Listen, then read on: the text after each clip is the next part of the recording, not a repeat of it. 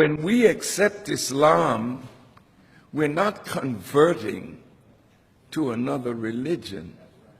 We are accepting what belongs to us, what is our nature. Video time 37 seconds. Oh, Islam is not by nature. As to the said, every human were born as a believers. Islam is an action, only being referred to this who return to God.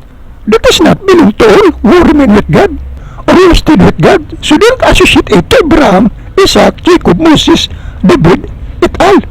And Jesus, because these men remain with God, or as they stayed with God. Not submission to God as in Arabic term Islam. However, Abraham et al. And Jesus are of Islamic religion, because the Judaism Christianity and the Mohammedanism Christianity is Abraham and Jesus church.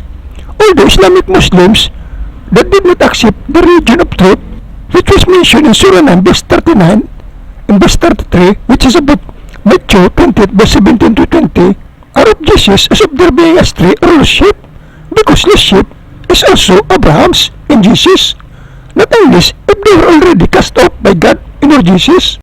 And why I have said Ismael is not Islam or submission to God, it is because when Ismael entered into church of Abraham, as he was circumcised, he is a remain with God yet, or stayed with God.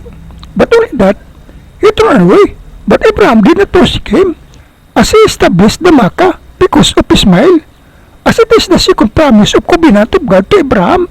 So if in case Ismael returned to God, that is not anymore submission to God, because he was already entered into the church of God, unless that God cast off him.